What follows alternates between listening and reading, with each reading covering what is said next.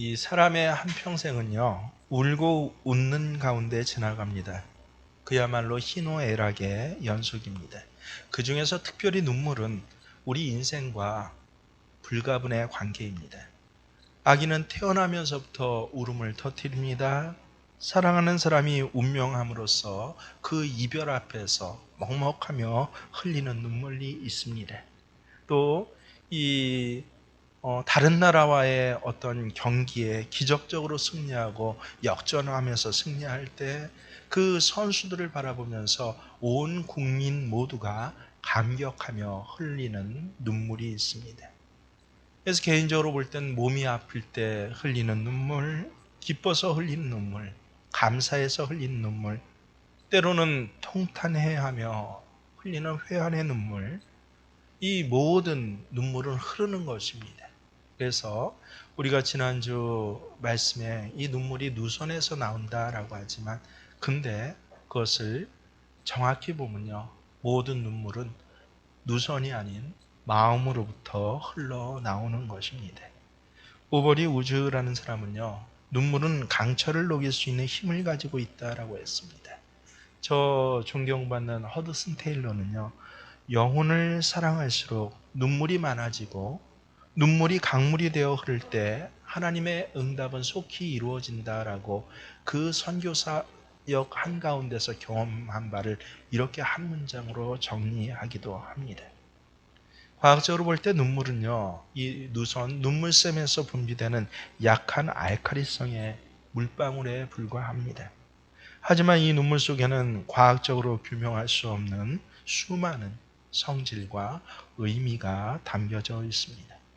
알칼리성의 이 소량의 작은 이 물방울이요, 무쇠 같은 마음을 움직이고 또 때로는 녹이기도 합니다.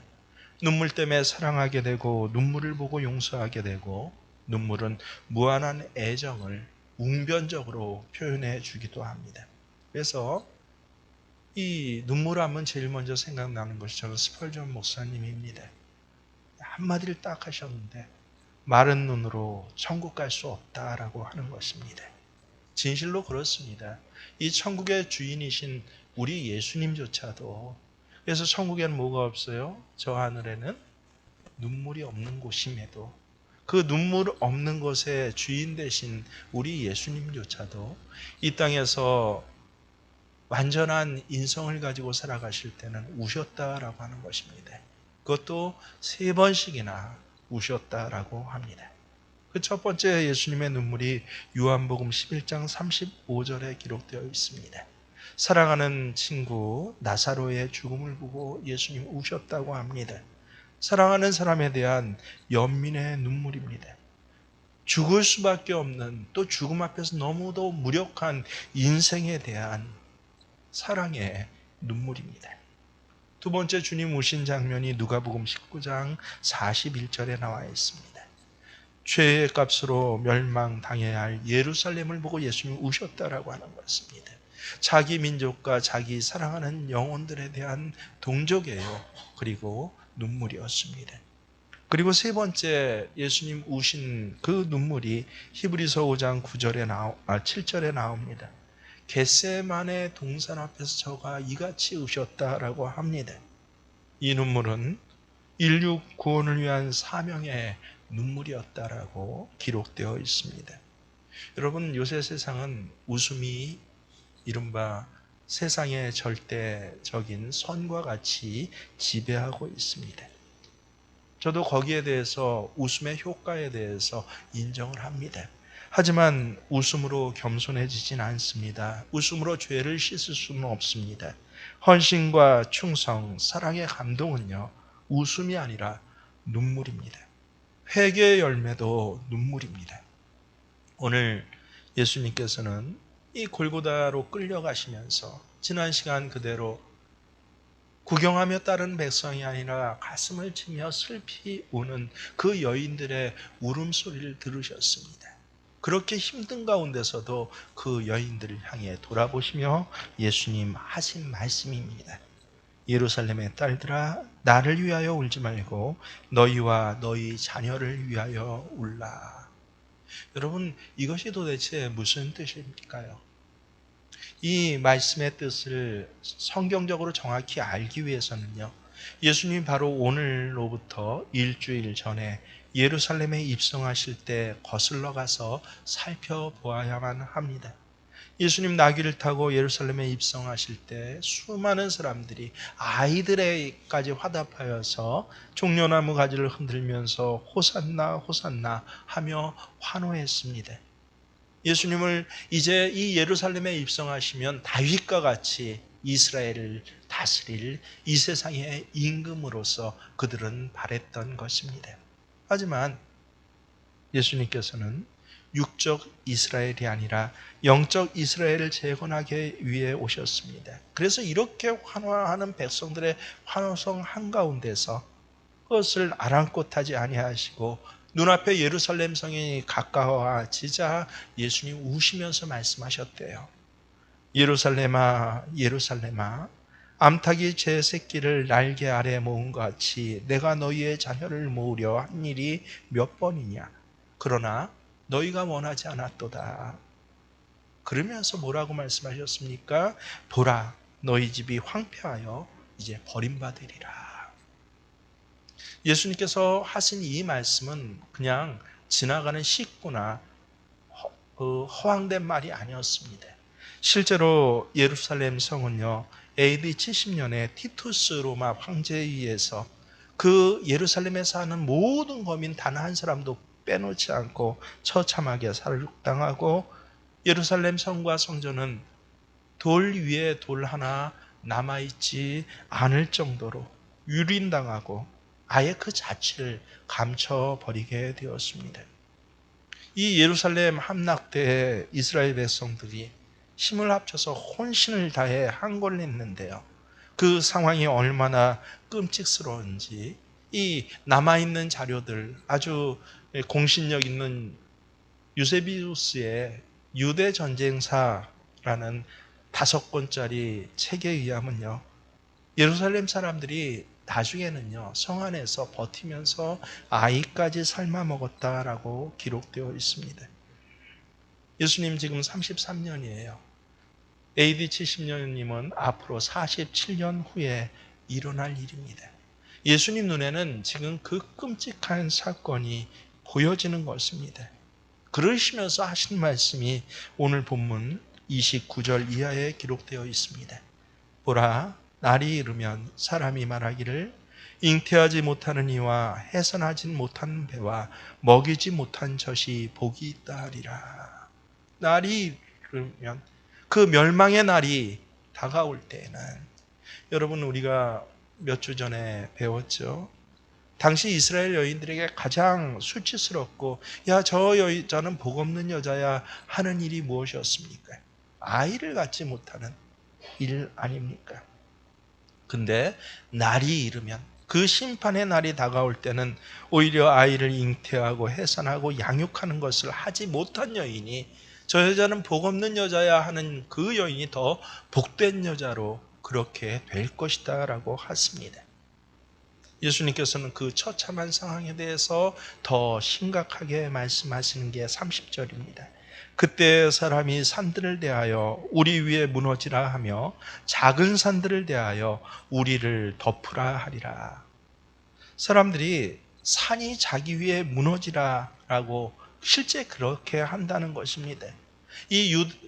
그 예루살렘 함락 전쟁 기간이 너무나 무서워서 차라리 무너지고 기절하고 나 의식 없기를 차라리 산에 깔려 죽으면 좋겠다라고 하는 이 두려움 앞에서 이렇게 정신 나간 사람들처럼 외칠 것이다 라고 하는 것입니다. 실제 예루살렘의 함락 때 이런 일들이 벌어졌습니다. 굳이 설교 시간에 그러한 자료들을 우리가 나눌 필요는 없겠지만요, 한마디로 너무도 끔찍한 일들, 우리가 지금 우리의 인생 속에서 살면서 경험했고 혹은 이 간접적으로 경험했던 그 너무 끔찍한 일들이 그때 벌어졌습니다. 근데 놀랍게도 예수님의 이 말씀은요, 단지 AD 70년에 있을 예루살렘 성의 함락만을 말씀하시고자 한 것이 아니라는 것이 그 다음 절 31절에 보면 나옵니다. 뭐라고 하십니까? 푸른 나무에도 이같이 하거든 마른 나무에는 어떻게 하리오 하시리라. 굉장히 의견이 해석이 분분한데요. 정통 있는 킹제임스 버전이나 혹은 이 다른 해석에 의하면요, 이 불을 붙여보면 마른 나무는 불이 잘 붙지 않습니까? 근데 푸른 나무는, 생나무는 잘 타지 않습니다. 여기서 푸른 나무는 지금 예수님을 향해 따라오면서 구경을 하며 따라가든지 슬피 울며 따라가든지 이 예수님 뒤를 쫓는 유대인들을 이야기를 합니다. 이들은 하나님을 믿는다고 하면서도 욕심에 빠지고 죄에 빠져서요, 실제로는 예수님을 배척하고 십자가에 매다는 이러한 유대인들, 푸른 나무에게 무자비한 심판이 있을 것이야 라고 한다면, 이제 중요한 것은 그렇다면 장차 주님이 다시 올 때 하나님을 아예 모르는 마른 나무 이방인들에게는 얼마나 무서운 심판이 임하겠냐라고 하는 것이에요. 하나님을 믿되 잘못 믿고 거짓으로 믿는 마른 나무와 같은 신앙에게는, 그래서 예루살렘에 예수님 눈에 보이는 멸망은요, 단지 주전 70년에 있는 한 사건이 아니라 다시 오실 주님 때에 도래하며 함께 발생하게 될 그 하나님의 심판의 날의 예고편이었다라고 하는 것입니다. 예수님 그것을 너무도 잘 알고 계셨어요. 그래서 오늘 그렇게 슬피 울면서 뒤따른 여인들에게, 여러분 생각해 보세요. 겟세마네 길을 골고다 길을 오르시는 중입니다. 예수님 얼마나 거기서 지치고 쓰러지셨는지, 나중에는 마침내 본인이 지신 십자가 나무 형틀도 지지 못하고 구레네 시몬에게 넘겨주고서도 그 길을 올라가면서 7번이나 넘어지셨더라라고 하는.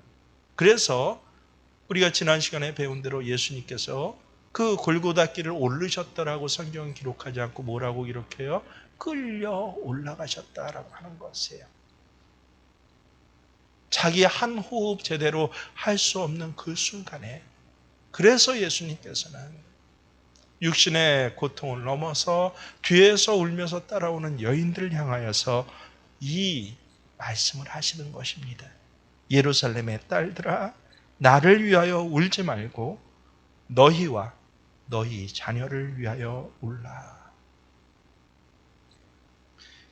여러분, 자녀를 위하여서 울어본 적이 있습니까? 우리는 요새 굉장히 많이 육신적인 무정함을 가진 부모들의 이야기를 듣지 않습니까? 만일 여러분에게 자녀가 있는데 들려오는 이야기와 같이 가둬놓고 밥을 안 주고 양육하지 않고 심지어 때리고 학대한다라고 한다면 그게 부모인가요? 그런데 제가 여기서 묻는 질문은요, 여러분이 아이들의 영혼은 이렇게 학대하지 않느냐라고 하는 것입니다. 중생은 육의 일이 아니고 영의 일임을 명심하십시오. 중생은 성령께서 하나님을 듣지도 보지도 못하는 그 영적인 영혼의 감각을 다시 살려주시는 것이 중생입니다. 이전에 보이지 않았던 것이 보여지게 되고요, 이전에 느끼지 못했던 것이 때로는 아픔으로 느껴지게 되고 때로는 기쁨으로 느껴지게 됩니다.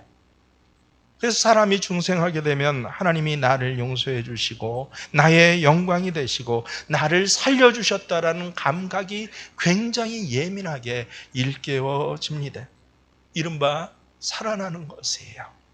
그런데 중생하지 못한 영혼은 어떻습니까?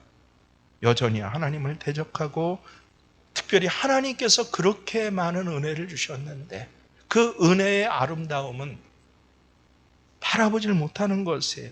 환상할 수가 없습니다. 여러분이 아니라 여러분의 자녀에게 이 감각이 있나요? 그들이 거듭났나요? 그들이 예수님을 믿고 회심하지 않으면요, 명백하게 지옥에 간다라고 하는 것은 누구도 부인할 수 없는, 듣긴 싫지만 엄연한 사실입니다. 여러분의 자녀가 교회에 다니고 안 다니고를 말하는 것이 아닙니다. 정말 중요한 것은 여러분의 자녀들에게 거듭남의 경험과 중생의 기쁨이 있느냐라고 하는 것입니다.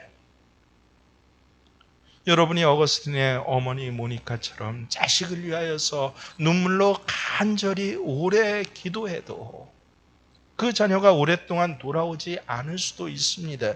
그런데 중요한 것은요, 여러분이 그 자녀를 위해서 이 모니카처럼 간절하게 오래도록 깊이 하나님 앞에 애통해하며 마치 죽을 사람과 같이 그렇게 기도하느냐라는 것입니다. 키더민스터 교회 리차드 백스터 목사님은 그 회심이라는 정말 귀한 책이 있습니다.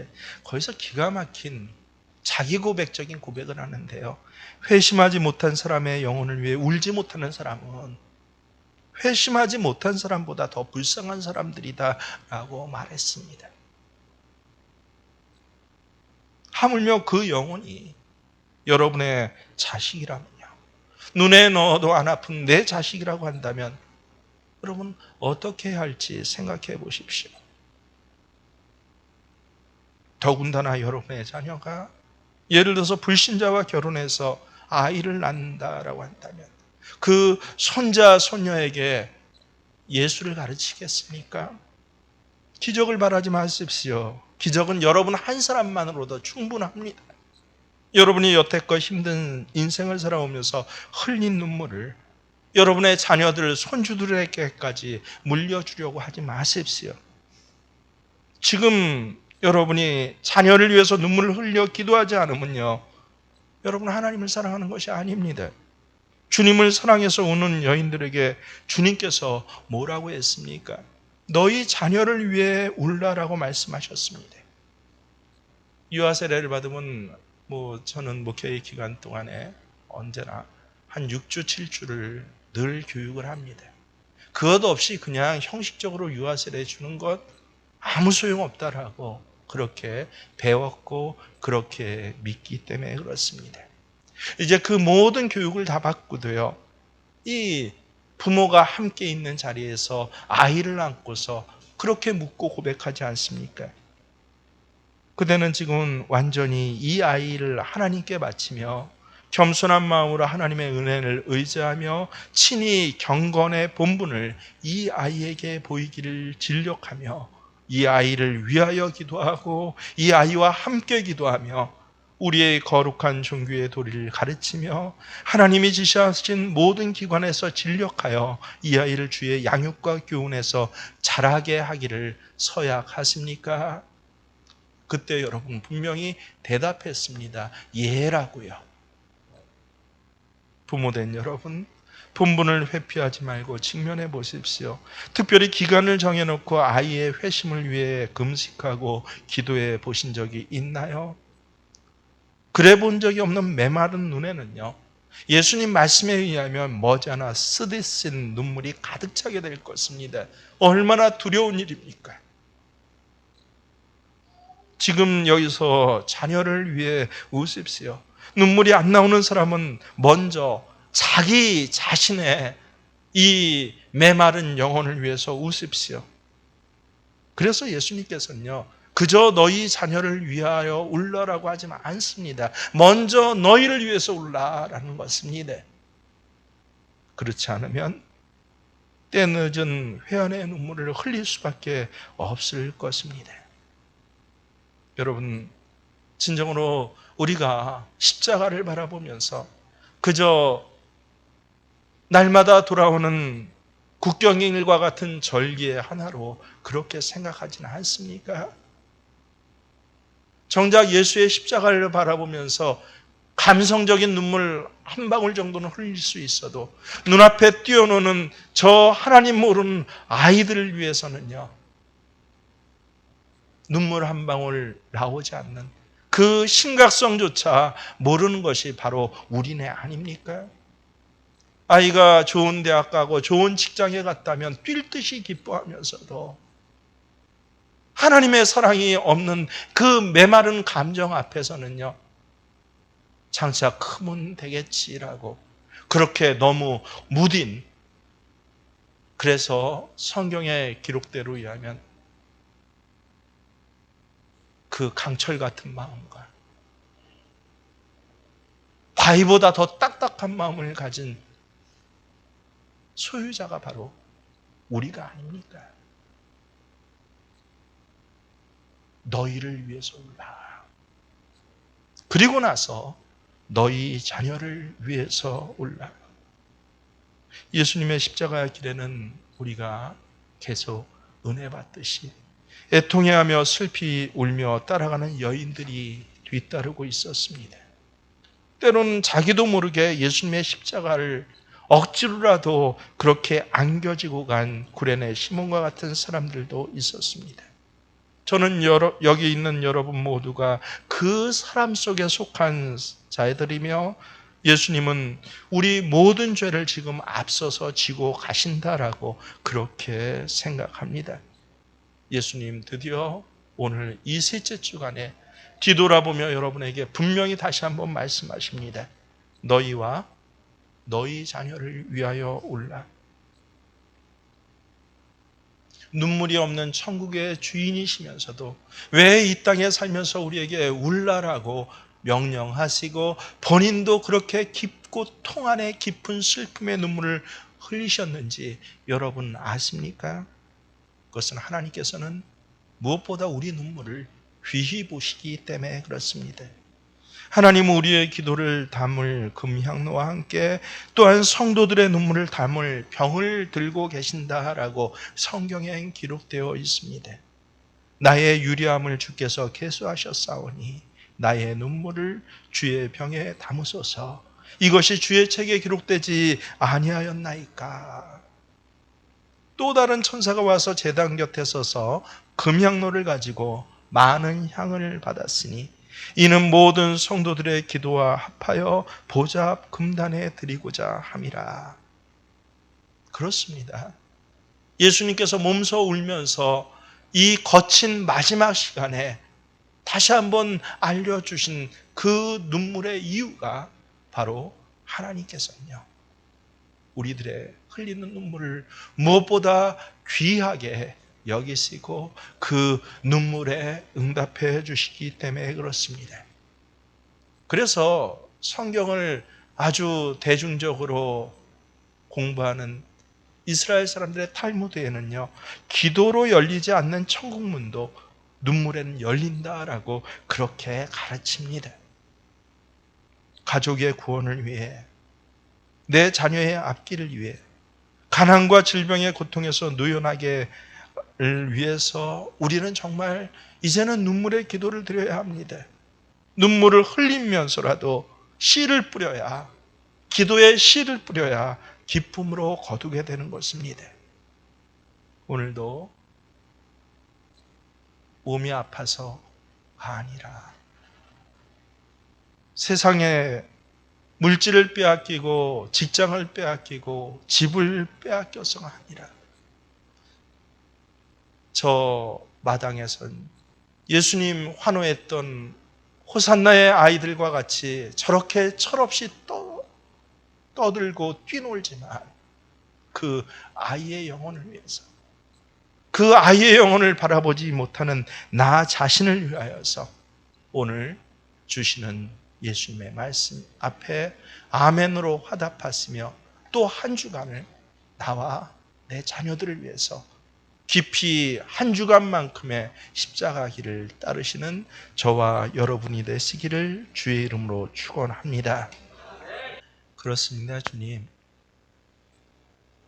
보이는 것 없어지고 약해지고 사라졌을 때 많이 울었지만 진정으로 가장 귀한 영혼을 바라보며 흘린 눈물이 언제가 마지막이었는지 기억조차 나지 않습니다.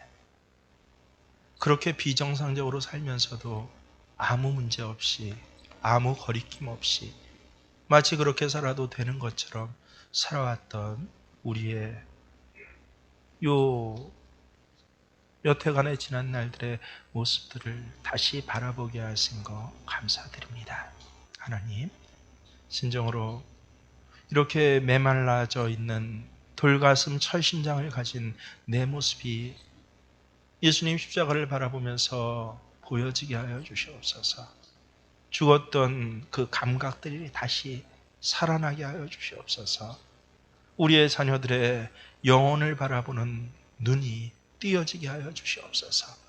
저들이 당해야 할 그 운명의 일들이 세상 처세술이 아니라 장차 올 하나님의 나라의 그 거룩한 날들 가운데 바르게 분별이 되게 하여 주시옵시고, 그래서 참으로 나 자신뿐만 아니라 이 가정을 위하여서, 이 자녀들을 위하여서 눈물이 멈춰지지 아니하도록 하게 하여 주시옵시며, 그 눈물이 하나님 앞에 올려간 눈물병이 되며 금양로의 기도가 되어서 하나님, 이 사순절의 한가운데서 그저 고난이 고생으로 끝나지 아니하고 부활의 소망으로 그렇게 손에 꽉 쥐어지는 귀한 예배자 되게 하여 주시옵소서.